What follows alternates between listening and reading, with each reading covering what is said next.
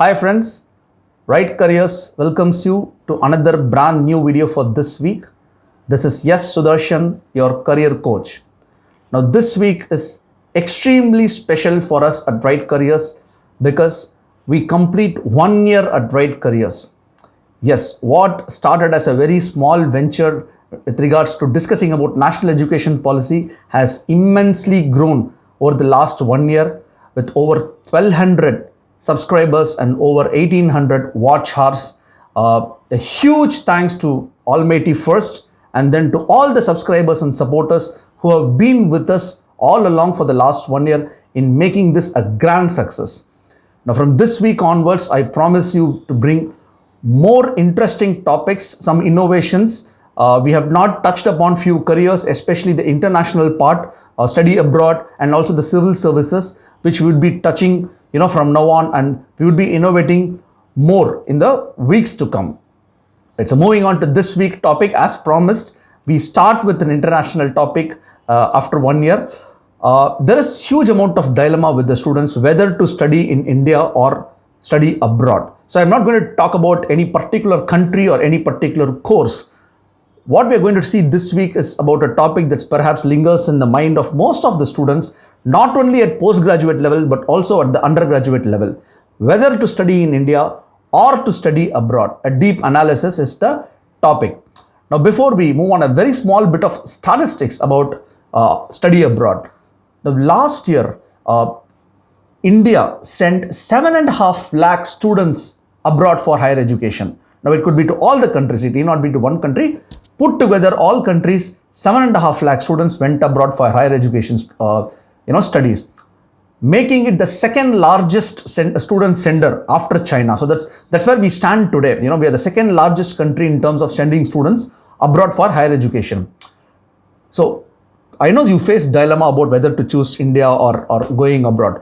But trust me, you're not alone. As a student, you're not alone. There are many students who have this dilemma as to whether should I study in India, which is better. On one hand, you see, you live in your own country, you live in your own state, you happen to live with family or friends, a familiar ground that's there in India. On other hand, you also are lured, by the possibility of global exposure, validity of your degree across the globe, and then networking with global people, global classrooms, so on and so forth. Right? So you will face this dilemma. Now it's going to be a major decision, and it's not an easy decision to go abroad or study further in India. It's going to be a major decision.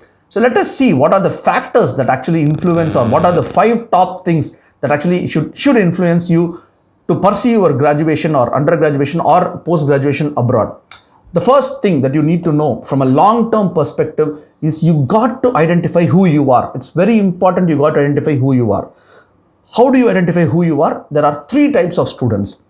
The first student is a student who goes abroad for higher education, completes the course, comes back to India for all professional growth and career opportunities. They come back to India after their education. That's the first type of student.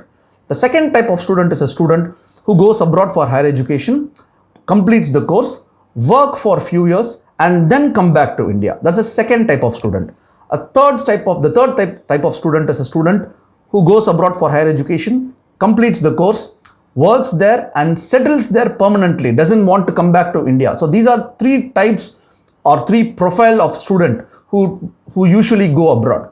Now at this time, you got to identify which profile are you. You want to study and come back to India, or you want to study and work for some time and come back to India, or you don't want to come back to India, go and settle there and then study. Now, why this is very important is very simple. I'll tell you an example. If you want to settle in a particular country, you got to choose the subject or course or the content that is very, very relevant in those countries. Right? For example, if you want to settle in Germany, just an example, more of automobile oriented country, we all know, right? So you got to choose a subject or course that suits that country, right? You can't choose dairy technology in a country where there is no scope for dairy, right? So that is why I'm using this term. Which country you choose, what kind of student you are, is something which you got to decide. Now, if your interest is coming back to India, then you may choose any course or any country or any subject as per your intelligence or your capacity. It can be once again, automobile in Germany, or culinary science in Italy, or design in France, whatever it is, you can choose anything and you can come back to India. So that's the first thing. The second point is definitely, the second point which you've got to focus definitely is the field of study. Now, field of study is the subject that you want to study. Now, in the past, if you see historically, people from India usually used to go abroad for MBA, for higher education and management studies. But of late, the trend has changed. Yes, people still go a lot for pursuing management education abroad. These days, students also go for STEM, which is the science, technology, engineering, which means they go for MS. They also go for social sciences. They go for foreign languages and fine arts. So these are the top 5 courses as why students go abroad. Top 5 courses includes management, engineering, higher education, fine arts, social sciences, and foreign languages.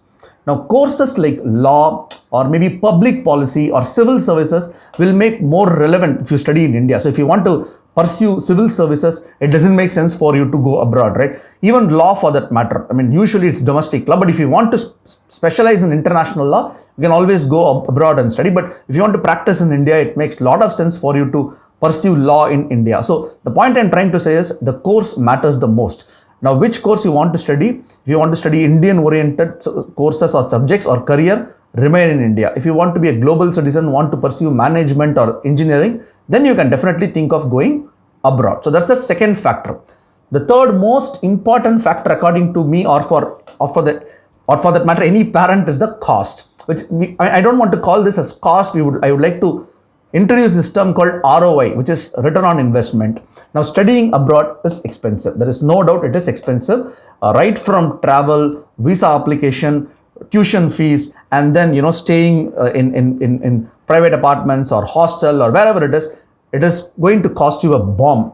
Especially when you compare it with India, it's going to cost you a lot. Most of the Western countries cost you a lot. While cost should definitely be considered, it should not be the only factor for you as a student or as a parent for you to consider. Because why, I'll tell you, there are 2-3 reasons. One, you definitely get return in the form of scholarship. There are numerous scholarships that's available for students who are meritorious students who plan to travel abroad. You can definitely avail those.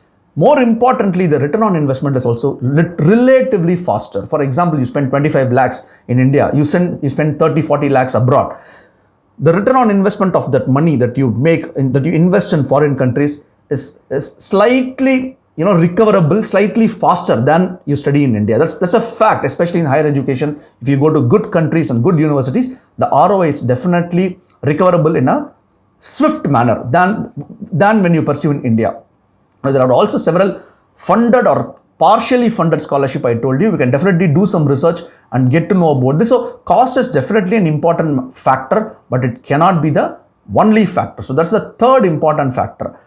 The fourth point, perhaps you can debate, as to whether to study in India or abroad, is definitely in the form of recognition of your degree. It's very, very important, because all the hard work that you put, if your degree is not recognized globally or in India, or it doesn't make any sense or any meaning for your education, right? So world has become global, we all know, but some of the factors are definitely there. For example, I'll tell you, if you want to pursue higher education in science, say for example MS, in US usually the degrees are 4-year program, whereas in India it's 3-year program. So for higher education purposes, your 3-year degree in India will not be valid. So you got to be very careful in choosing that. Some MBBS degree, I know, some countries that offer MBBS program, it is difficult for them to come back to India and practice. I'm not saying all the countries. Some countries definitely, practicing in India would be a challenge, even though you have NCI examinations, postdoctoral. Some countries still have that challenge. So you got to be very, very careful in choosing the country and course,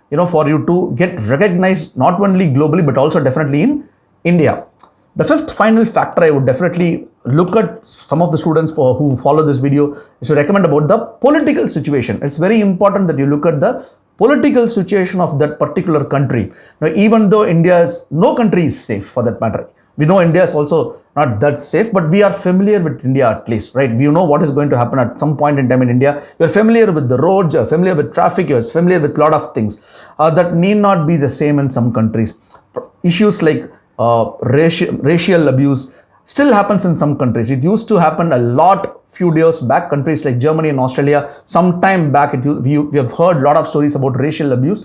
It has come down definitely, but you got to take that as a factor and then decide on whether to choose that country or remain in India. So do a proper research is what I'm trying to say. Finally, to conclude, choosing abroad or staying in India for higher education is definitely a major decision. My recommendation is, do not only go by what your friends, peers, colleagues or parents say. Do an independent research, because by now, if you're planning to go abroad, you would have matured enough to understand all these factors that I have mentioned. So do an independent research, take advice, no doubt. You got to take advice from your family. Your seniors in the college especially will be of immense help if they study in that university. Connect with them through various social platforms like LinkedIn, and then maybe you can get to know about the alumnus, interact with the alumnus of that particular university which you choose, and then take a final call. In case you are still unable to take a decision, talk to counselors like us who will be willing to help you on choosing the right country or right course or right careers. So that's all. I would like to conclude this video. Once again, thank you so much for last 1 year for watching all those videos and commenting. Do subscribe to my YouTube channel, which in case you haven't, which is www.youtube.com/rightcareers, and the bell button function. So hit that bell button for all the instant notifications from now on. Thank you so much. Until next week with a brand new video. Take care, stay safe, have a great week. Thank you.